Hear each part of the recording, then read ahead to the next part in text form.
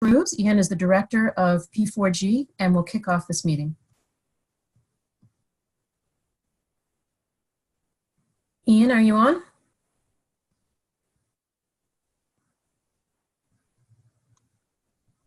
Ian, are you muted? I am being muted. Welcome. Controlling me, which is it's a rare treat for some people on the line who knows for me to be unmuted. But thank you, everyone, for joining us for this call, for the interest you have in our 2019 P4G partnership process, and also for the tremendous support you've provided in our first year in 2018. As you see, P4G's vision is a very ambitious one. We do want to be a leading forum to develop concrete public-private partnerships that really develop things at scale using a market-based approach. Next slide, thanks. So the mission for P4G is really how we can bring people from business, government, and civil society together, recognizing the scale of the challenge in implementing both the Sustainable Development Goals and the Climate Change Agreement are very ambitious, and no one party, country, or organization can do it on its own. Our focus is in 5 key areas. They are, as you can see in the SDGs, around food and agriculture, which is SDG Goal 2, water and sanitation, which is SDG Goal 6, energy in SDG Goal 7, cities in SDG Goal 11, and responsible consumption and production, which we call circular economy, which is SDG Goal 12. There are 3 key things that P4G does. At its core, the primary and most important driver of our work is the ability to incubate and accelerate public-private partnerships. And when we do that, we think our facilitation model, our funding model, and our recognition model are really important as part of this. And our Copenhagen Summit, which happened literally just over 46 weeks ago in October, and our P4G Summit brought these 3 elements to life. The second part is that we connect business, government, and civil society leaders at the highest levels within countries and with businesses and civil societies. And our emerging work, which was started to be documented through our 2018 partnerships report, is that we want to document the change and the impact model over at least the next 5 years up to 2022. When you look at the P4G network, the network itself takes a partnering approach. We have 9 P4G partner countries. So you can see in the map that we have over in Asia and Pacific, the Republic of Korea and Vietnam. In Africa, we have Ethiopia and Kenya. In Latin America, we have Mexico, Colombia, and Chile. And we have 2 key countries in Denmark and Netherlands also supporting us through funding, including up to 2022 with Denmark. We're hosted by one of our 4 partner organizations, World Resources Institute here in Washington, DC, but the other partner organizations also play a critical role, from C40 Cities, Global Green Growth Institute, and the World Economic Forum. We had a big year in 2018. We really had to emerge where we started off in January 2018. We developed a team within the first 3 months, and we opened up a call for proposal in 2018 in mid-February for 6 weeks. And a personal story, I thought that we would only have about 30 to 50 applications. In the end, we had 450 applications from 80 countries, so there was a clear demand for this work, which we narrowed down to 24 partnerships, which included 6 scale-up partnerships up to $1 million, 11 startup partnerships up to 100,000, and 7 partnerships that we provided facilitation. So 2018 has been a big year. We have got off to a really fast start. We're looking to build on that in 2 ways in 2019. One is to start to really show and deliver some elements of change in our 2018 partnerships. And 2, to really drive this pipeline of partnerships in 2019 through our partnership application process, which I hand over to Robin, our head of partnerships, to discuss. Great, thanks, Ian. So moving into the 2019 call for partnerships, I'll start with a little bit of background. This visual represents what we feel is P4G's value in the global green growth economy, where on one side of the spectrum, the left side of this slide, there is a lot of commercial innovation going on towards green growth with products and solutions trying to reach the marketplace and become viable commercial enterprises. On the right-hand side of this graphic, you see there are many governments that are actively trying to promote green policy, to come up with the right regulations and incentives to bring the private sector and the public sector along into creating a viable green growth marketplace. And yet, as we all know, that marketplace is not yet fully functional, especially towards accomplishing key sustainable development goals. So what P4G is doing is bringing together public-private partnerships, especially with the third entity in this picture, which is the non-commercial, non-profit entities that are addressing the gaps in the marketplace, and bring them together in public-private partnerships. And for those partnerships, we provide funding, facilitation, and recognition. Along the bottom axis here, you see the life cycle of a typical project or partnership, where you start out on the bottom left-hand side here with a concept, which then moves into pilot. And as you consider any enterprise, you then move into the startup phase and then into implementation. And then if you're successful, ultimately you look to scale up and replicate that model elsewhere.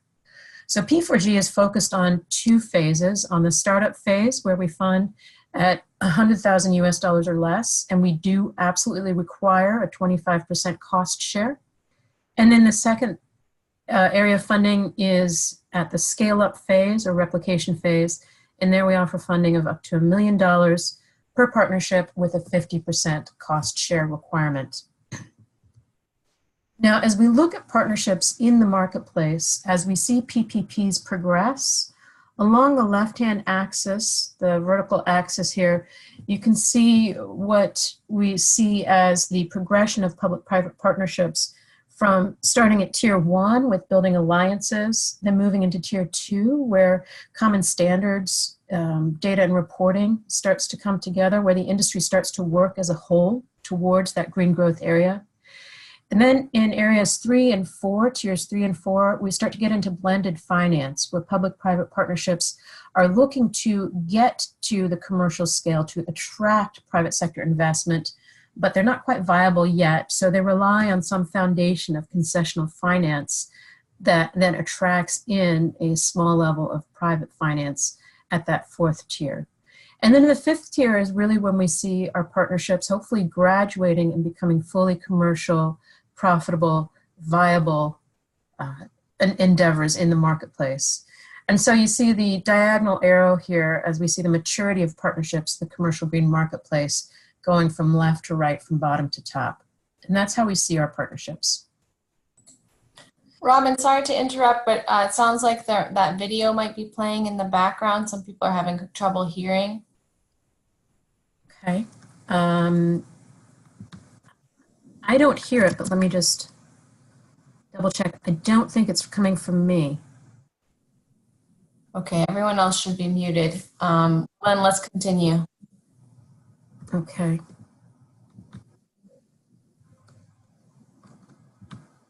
I'm just double checking. And my apologies if something is coming from my side, but I don't hear anything. It could be that participants are on the P4G website and having that same experience. So I think we're go. Okay, well, let's just continue. Moving into the timeline and process, the application process is now open, and we will remain open to receive applications until February 15th of 2019. At that point, we will not be able to accept any more applications, and we will move rapidly into the evaluation process. We have a consultant who will help us to evaluate and score all of the proposals that come in. And then in April, we'll be moving to a shortlist process. This is a 2-phase process. The shortlisted partnerships will be in late April, early May, requested to provide additional information. And in June, we expect to receive that information, go into our second evaluation of that shortlist. Then in July, we will move for scale-up partnerships into the interview and final selection process.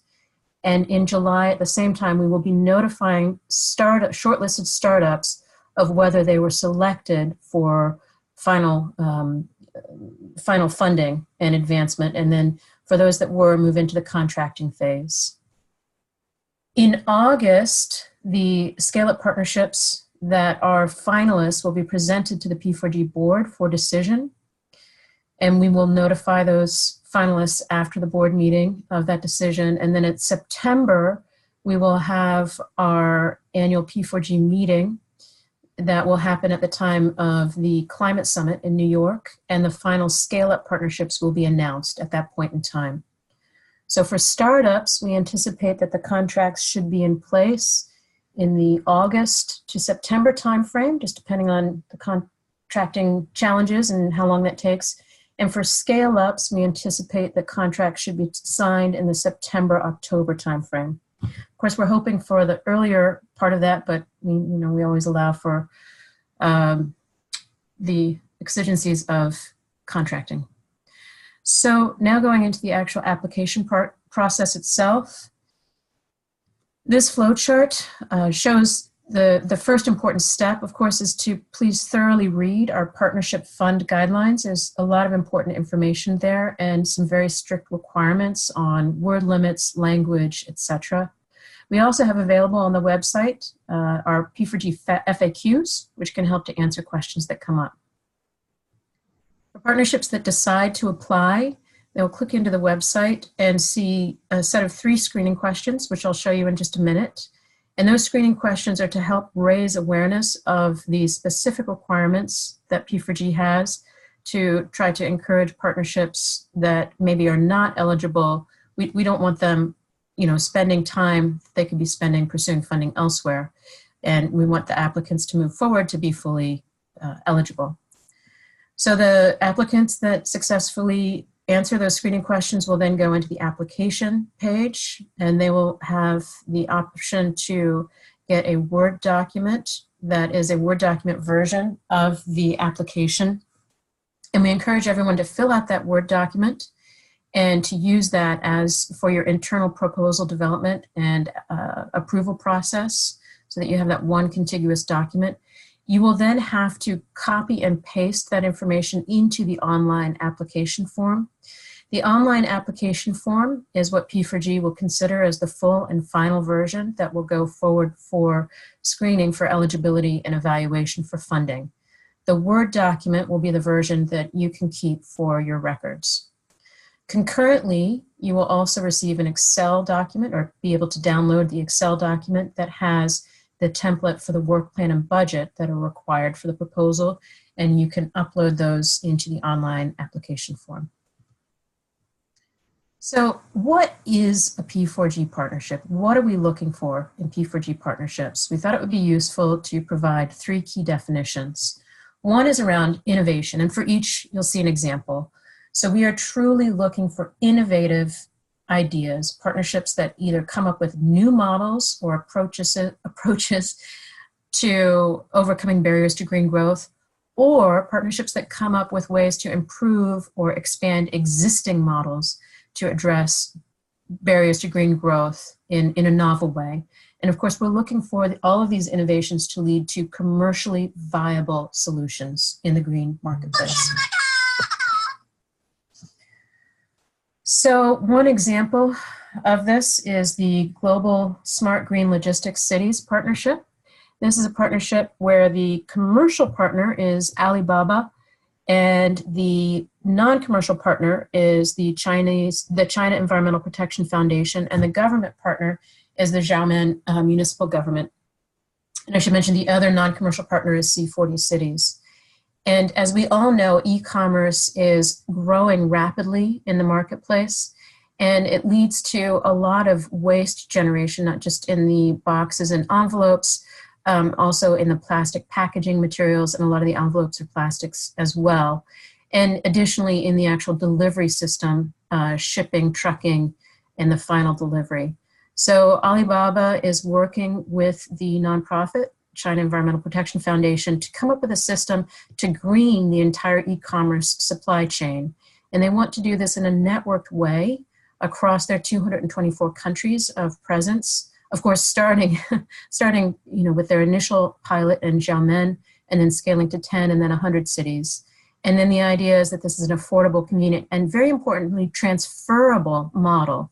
And that is a requirement of all of our partnerships, that the information cannot be considered proprietary. It must be transparent and shareable and adoptable by others in the marketplace. A second definition, additional. We are looking for partnerships that are proposing work that is additional to what is already happening or what would be happening in the marketplace. So what does this mean?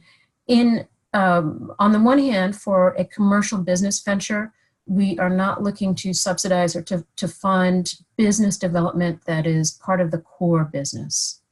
And similarly, in the nonprofit, non-commercial sector, we are not looking to fund projects that are traditionally funded by bilateral or multilateral entities. We're looking for something that's different, new, innovative. So here's an example of one of our 2018 partnerships. This is the Zero Emission Bus Rapid Deployment Accelerator, or ZEBRA, and they are looking to see the full adoption of zero emission electric buses in leading cities in Latin America. Now, the way this is additional is that there are manufacturers of electric buses. It is, in many senses, a commercially viable model, but there's not demand yet in Latin America, not sufficient demand to merit one of those companies actively promoting their product in Latin America. Similarly, there are not great funding mechanisms set aside to invest in electric buses. So what this partnership is looking to do is to work with the mayors in key cities to get their commitment towards zero emissions electric buses, to create that demand, to also work with manufacturers to get their commitment to create the supply to manufacture the electric buses, and then finally to work with the financial institutions to create a fund specific to electric bus procurement, electric bus stock procurement. P4G's value add. Now, this is a very important factor. We do not just provide funding. We see the real value of P4G in our facilitation. Our ability to work through our network of national platforms in our partner countries, as well as our network of organizational partners, such as the World Economic Forum, C40, and others, to impact the ability of the partnership to advance and to accomplish very ambitious systems change within the global green marketplace. So this is one of the projects where we were able to provide value add through our network for sustainable special economic zones in Africa, where there are many special economic zones, free trade zones in Africa. This partnership looks to integrate and incentivize sustainable businesses and sustainable practices into certain new and retrofitted economic zones. And when our national platforms in Ethiopia and Kenya here heard about this and were introduced into the partnership and understood what they were trying to accomplish, they were very intrigued and realized that they were working on improving their special economic zone policy, but had not considered integrating the SDGs into them and incentivizing sustainable growth. And so at our summit, both countries agreed in principle to include sustainability into their policies, which is not only great for the country and the economy, it also should help this partnership to accomplish its goals. And very importantly, for hopefully other industrial zones to replicate and have a similar model. So now I'm going to move into eligibility. Now this is kind of a lengthy and overwhelming table to present in a PowerPoint, but it is in the P4G application guidelines. That's why we encourage you to read through those. The key message here is that the lead entity, the entity that receives the funding, must be a nonprofit, non-governmental organization.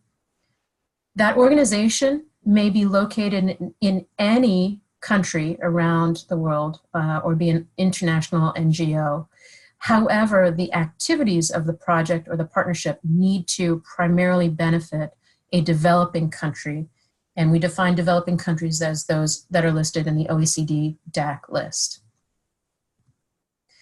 This just runs quickly through our eligible expenses and non-eligible expenses. Essentially, eligible expenses include those that are the activities of the non-commercial partner and associated costs, including overhead G&A. And for our scale-up partnership audits, most commercial expenditures are non-eligible.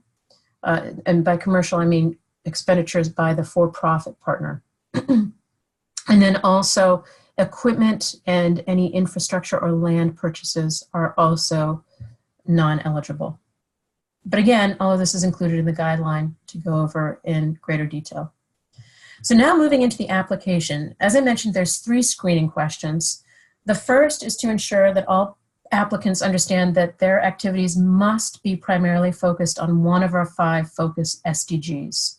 And you see them listed there: food and agriculture, water sanitation, clean energy, sustainable cities, and circular economy. So those 5 SDGs must, one of those or several, must be the primary focus. Second is the eligible countries. As I mentioned, an entity from any country may apply as a member of the partnership, but the activities must benefit one of the ODA recipients. And in our application documentation, we have a link so you can see what the official list is. And then finally, the partnership must be comprised of both a commercial and non-commercial partner. The non-commercial partner will be the recipient of funds. The commercial partner is envisioned to be providing the cost share. The cost share can also come from other sources. We do not require as an initial partner the relevant government entity, that we do encourage that that government entity can be a partner. However, we do require that all of our partnerships that are finalists do show some evidence that they have government endorsement. Now, if the applicants answer all 3 of these questions, they then go into the application process. The application has these 9 sections, which I'll walk through one at a time. The first section is just basic information about the partnership, including a brief description, elevator pitch, amount funded, a proposed time frame, etc. Now, one of the interesting things that we're offering is that if a partnership is taking place in one of our member countries and would like to meet the national platform but has not done so already, please check the "No, but please connect us" box for that question 10, and we will connect you to the national platform. Section 2 is the summary of the partnership proposal. Now, this summary should not contain any new information. It should really be a recap of the highlights of the proposal, the who, what, when, where, why of the proposal. This summary will be shared with our P4G partner countries and partner organizations. And so if you have any proprietary information or information that you do not wish to be shared, please do not include it in this section. So once again, this section, we would see you writing this section after you have completed the rest of the proposal. And really this section should recap the main features of the proposal. The next section is around the description of the marketplace. And so in this slide, I have the instructions in the top section and then an example in the bottom section. So we want our partnerships to describe the characteristics of the marketplace and really talk about what are the barriers that exist to commercially viable green growth, the specific barriers that your partnership is targeting.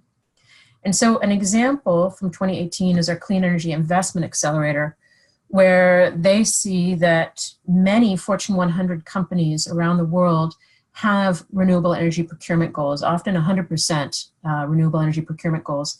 However, they have a supply chain and factories and offices located all over the world. And in some of those countries, it's very difficult to procure renewable energy unless you happen to have that expertise. Meanwhile, on the flip side of the market, on the supply side, renewable energy is becoming more and more affordable and is reaching price parity. So what this partnership does is help to match the supply to the demand and aggregate the demand in those countries so that they can go out with a single procurement, and that those companies don't have to acquire their own internal experts on how to procure renewable energy, but rather can have that external support to make that possible. The next section is to clearly describe the goals and objectives of the partnership and to just lay those out. And that becomes very important through the rest of the proposal, because in the subsequent sections, you'll see that we ask for the work plan and the budget to be aligned to those goals and sub-goals and the activities and deliverables. We are looking for partnerships that have very bold, very ambitious goals for systems change. So one example of that is the Building Efficiency Accelerator, where their goal is 0 greenhouse gas emissions from the global building stock by 2050. This partnership makes a there's been many attempts at that, but makes significant progress towards that objective in Colombia and Mexico, where they're instituting green building codes and working with the private sector to bring builders and financiers on board to those standards on a voluntary basis, as well as working with the governments on the regulatory code to make those mandatory. And then Vietnam and Kenya are observers and possible next countries. And what they're doing is they're targeting some of the fastest growing cities in the world to try to capture the building stock that's being put up in coming years and make sure that that is 0 emissions. So again, clear goals, bold goals, but also accomplishable goals, and that's very important. The next section gets into describing your model. What is the model to make this venture commercially viable?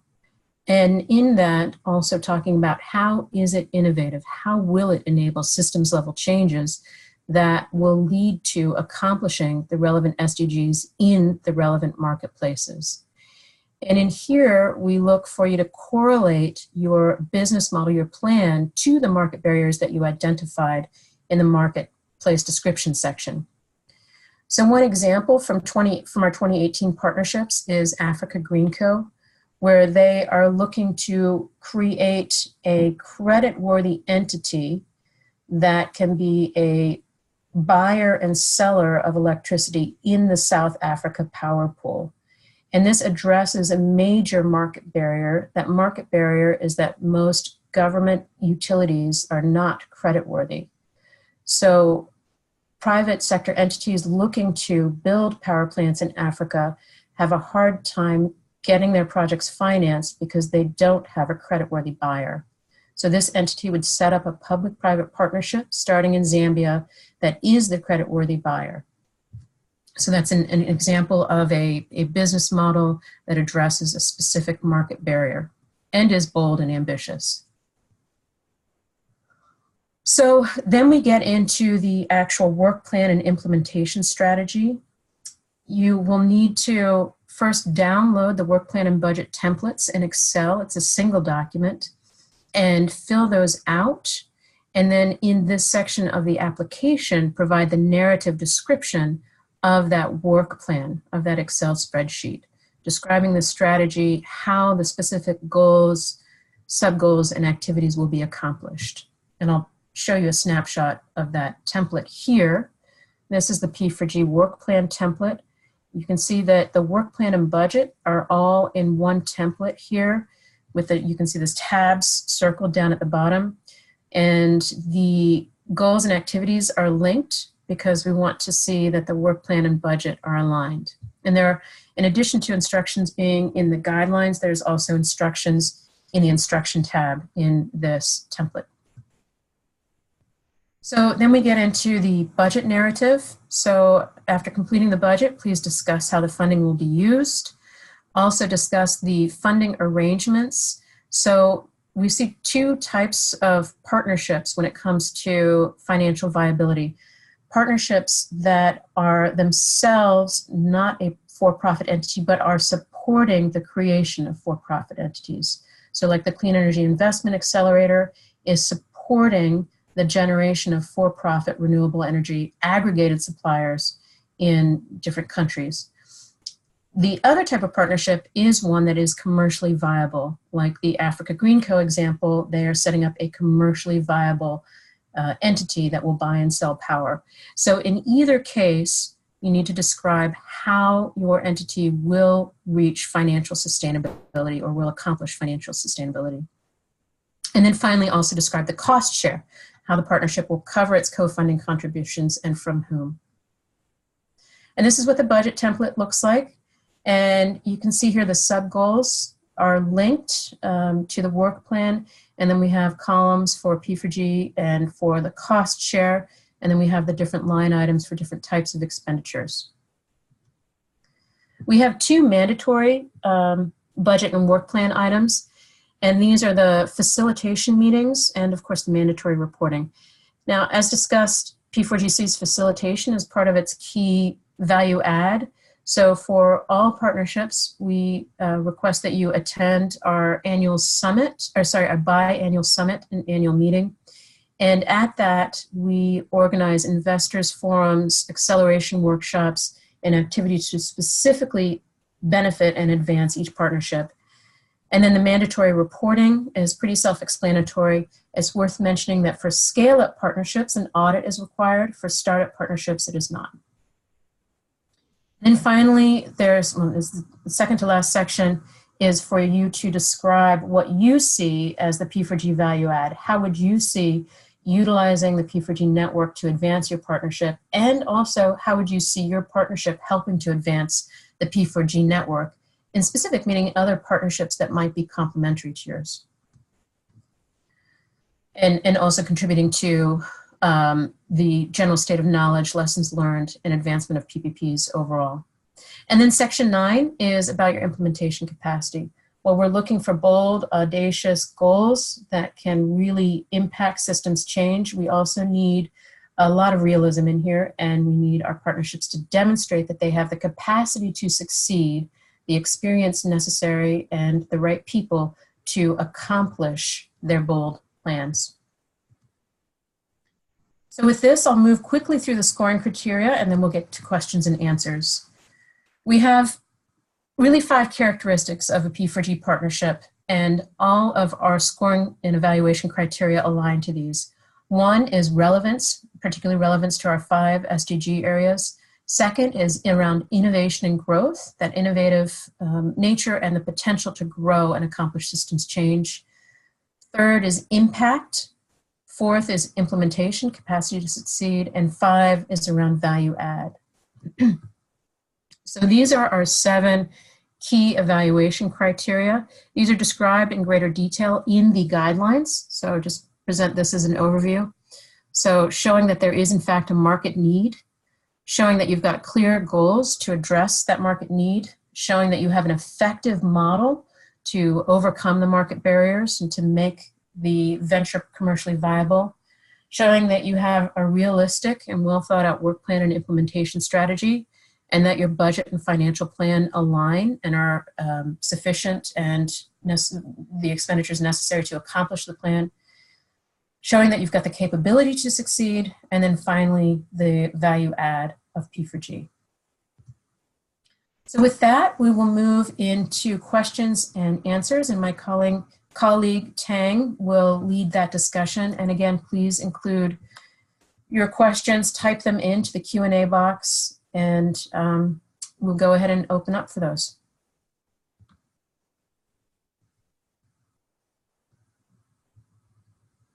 Tang, are you on?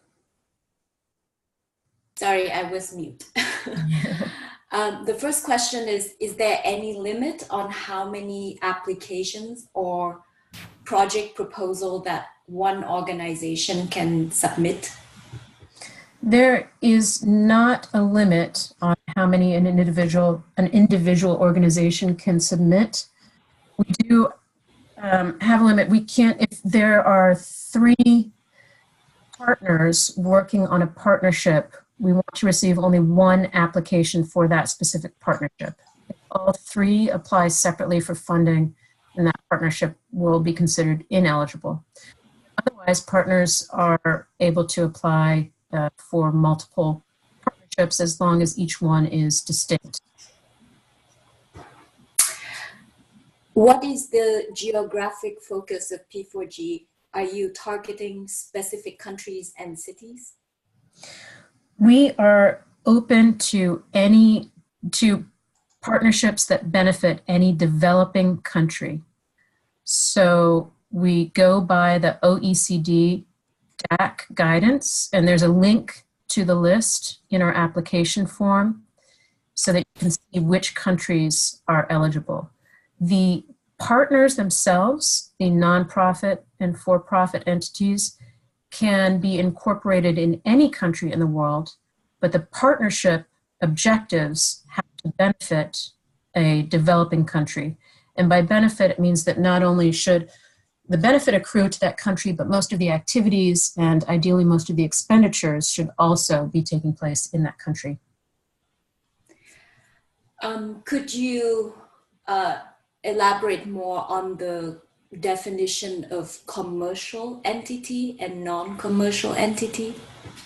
Sure. So what we're looking for is, and what we would require in the second round for applicants that move on to the shortlist, is proof of incorporation as a nonprofit, non-governmental entity in whichever country in which you're incorporated. And then for the commercial partnership, that you're incorporated as a for-profit company in your relevant country.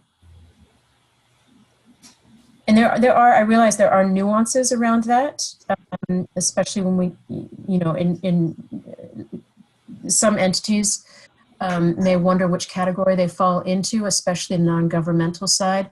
And so for those, if necessary, we can answer those on a case-by-case basis. And if you'd like, you can submit, you can ask the question today, but you can also submit that question to our info inbox. We can take a look into that. Okay. And can you elaborate on the difference between startup and scaled up? Yes, there is a specific definition in our guidelines. We didn't include it in the presentation, but a startup is typically a partnership that has an idea that has been trialed in the marketplace or piloted and has seen those pilots or trials be successful, and they're now ready to move into starting that up as a full venture towards the objective of becoming a profitable enterprise. So they need not have demonstrated that they are profitable to date, but that they have a plan to take their concept that has been piloted or tested and make it a profitable venture in the marketplace. A scale-up is a partnership that has a concept or a venture that has been successful in a location or maybe in several locations, and they now want to scale that to additional locations or to new geographies or new marketplaces. You can also include partnerships that are taking an idea that somebody else has done successfully and trying to adapt that to a new marketplace or replicate that in a new marketplace or new geography. What is the maximum amount that P4G fund for startup projects, and what is the cost share requirement? And the same question for scale up. Yeah, so the maximum amount we fund for startups is $100,000, and we require 25% cost share. So if you're applying for the full $100,000, you have to demonstrate that you've got $25,000 in cost share coming in. And then for scale-ups, the maximum amount is $1 million US, and it's a 50% cost share. So you'd have to demonstrate that you've got that cost share. I'll say most of our scale-ups had significantly more than a 50% cost share. Could you elaborate on how the funding could be used? Is the money going to the commercial partners? There's very limited ability for the money to go to the commercial partners. We are really looking for partnerships where the commercial partner sees the potential of this venture to be highly beneficial for them to be able to take it on and move forward with whether it's a new offering or an adjacency to a core offering. So they would be providing their services as part of their conventional work to try to expand their business. And so that would be counted as cost share. So it's very limited what funding can go to commercial entities. And there is some additional guidance in our guidelines documents. And if you have additional questions, please submit them to the info inbox if it's something that's in greater detail than we can address on today's call. So we have some follow-up on the cost share. For the 25% cost share, is it okay if this amount has been allocated beforehand? No, we need to see the expenditure during the duration of the P4G contract period. And is the 20% cost share, is it on top of the 100,000 that P4G is funding? That's correct. No. Is it on top or is it a part of? It's additional. So P4G is funding 75 and their cost share is 25? No, P4G will fund 100. Okay. So the cost share is slightly more. Okay. So we have a question about whether P4G has a preference for larger private partners like Alibaba. What we're looking to see is that the partnership has the potential, that the idea, the concept has a truly transformative potential. So that does not mean that there's a preference for large companies like Alibaba, but we do want to see that the model has the potential to really be replicated either by the partners or by others in the marketplace at a major scale, because we're talking about big challenges, big goals that P4G has been established to try to address and to accelerate partnerships that can address them. How far in the development of the startup does the respective startup has to be in order to receive the funding? Yeah, so we're looking for ideas that are well past the concept and research and development phase. So we want to see some solid evidence that there has been some demonstrated success at a pilot or test level, and ideally that demonstration shows and provided data or evidence that that model can work at an implementation level. And so the partnership is really just looking to make that transition from the pilot to the implementation level based on that evidence, and requires the funding to get to the implementation phase, to essentially get through what we often think of as the valley of death in project development, where you're trying to attract the fund to develop your project and get it to commercial viability. When a startup has been successfully implemented, can it proceed to apply for scale-up funding? Absolutely, yes. We do hope that hopefully many of our startups will be successful. We may not be able to fund all of the startups that are successful at the scale-up level, but we certainly do want to see that our startups are advancing and are successful. And if we're not able to fund at the scale-up, that we're able to help connect you to funders who can perhaps even provide that private sector or concessional investment to get them to the scale-up level. Can you elaborate more on the criteria of additionality? Yeah, that's a tough one because it is case by case, and it varies from sector to sector. But we really are, so what we're looking to avoid is to not have a private sector entity that has a well-established core business in many countries trying to expand that core business to a new country, because that would be conventional business development, and that would not be additional to what should be happening in the marketplace already.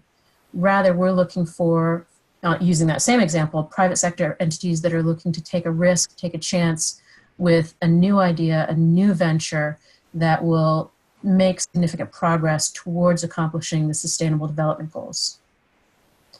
And similarly, on the nonprofit side, the same kind of concept where it's not their traditional business development, it's not an expansion of the core business, it's really looking for something that's new and innovative and therefore difficult to find funding for from either traditional bilateral, multilateral, or philanthropic sources. We have some more questions on the cost share.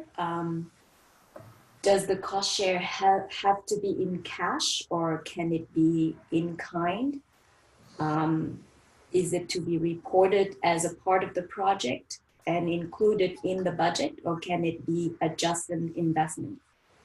It can be in kind in the form of, well, obviously labor from either the nonprofit or the for-profit entities.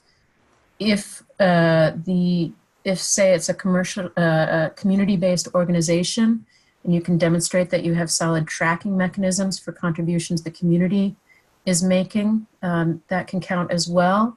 Though again, that has to be auditable, and all that documentation happens in the second round for finalists. So we have a question on the process of reviewing the proposal. Will P4G staff play a role in reviewing the proposal, or is it 100% outsourced to external consultants? It's a combined effort that involves both the P4G staff as well as an external consultant, and then goes to consultation with the board. The scale-up partnerships then are approved by the board.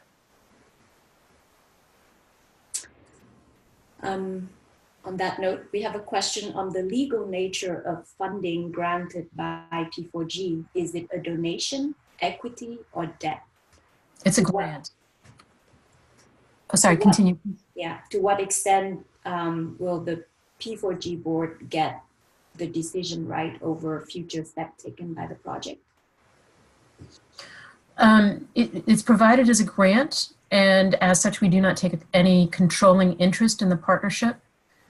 So the board does not have any say in the administration of the project, but rather we manage the partnership as one manages a grant, where we are simply trying to work with you and track towards the accomplishment of the stated goals and deliverables, while also trying to help facilitate your partnership and find additional opportunities for you to make the political, financial, and partner connections that could help advance the partnership. Now we have some questions about being an administrative partner. Can a university be an administrative partner? Universities are currently not allowed to be administrative partners, and that was a requirement set in place because we are looking for ideas that are past the research and development phase and truly into that commercialization phase, where they're looking to get through the project development and into profitable operation. Can a community-based organization that is established by a municipal act be qualified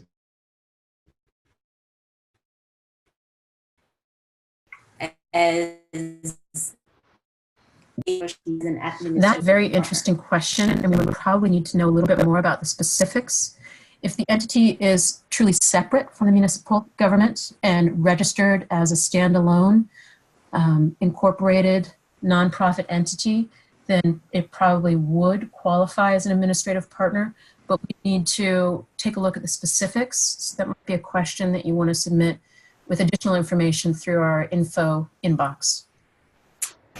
Would a business service organization like Rotary be considered a private business partner or commercial partner? I believe that Rotary would be considered a non-commercial partner because I believe that Rotary is a nonprofit entity. But I don't know that for sure. But that's really the criteria. If the entity is registered in its country of operation as a nonprofit entity and a non-governmental entity, then it is qualified as an administrative partner.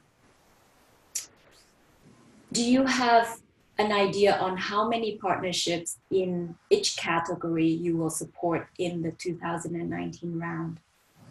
It will probably be somewhat similar to 2018. In 2018, we have 11 startups and 6 scale-ups. So the ratios might vary a little bit, but that's probably about the number we'll see in 2019. What if we are looking for facilitation to accelerate the formation of a PPP rather than a fund? Does P4G support offers this type of support directly? And if so, how does one quantify this within the call for the application scope and process? We would probably see that as in the concept or pilot phase. And so probably pre-startup. So we're really looking for partnerships that have that concept and operational framework already developed and somewhat proven out so that they are really advancing to the implementation phase. So the startup funding is focused on those partnerships that really know what it is they want to accomplish in the marketplace and have established themselves to do so. On that note, is P4G interested in funding feasibility study? Feasibility studies would probably also count in the concept category and the pre-startup, but it depends on the nature of the feasibility study. But generally speaking, a feasibility study would be pre-startup.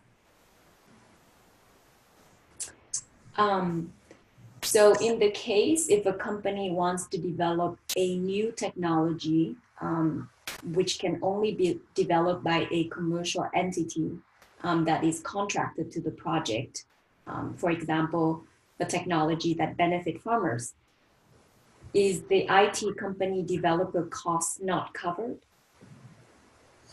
Generally, we are looking for, we're not funding technology development or product development that is in the pilot stage. So if a partnership can show that the technology has already been developed and this is something that adds to its commercial viability, it might be eligible, and those expenditures might be eligible. If the expenditures, and if it's IT development, if the expenditures are on the behalf of the commercial entity and using commercial staff, then we cannot, P4G funding cannot be used to cover the cost of the commercial entity's staff or the for-profit company's staff. So I realize that we do have quite a few more questions. However, we recommend that you look through our guidelines and frequently asked questions on our website, which my colleague Catherine can walk you through where to find the resources. And we may be able to take some more questions after this. If not, please email us at the info inbox and we will try to respond to all of your questions. Great, thanks, Tang. So why don't we take it now to Catherine, who can give us a brief short tour of where to find all of these resources on the website. So Catherine, over to you. Great, thanks. It's really exciting that all of you are interested in applying. I hope that this session has been useful for you.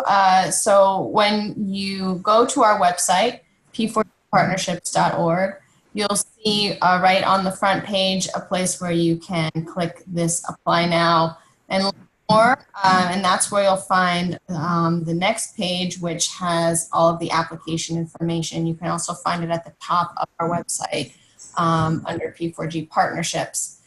The call for applications, the button there that says Apply Now, that's circled, take you to the screening questions that Robin mentioned, and that will confirm your basic eligibility to apply.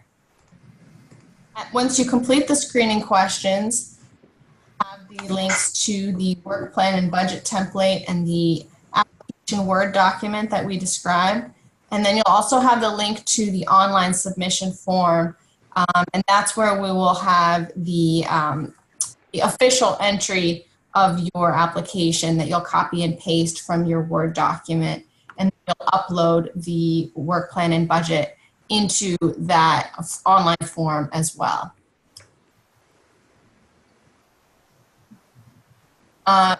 Further down on the page on the website, you'll see the guidelines. We hope that you will start there.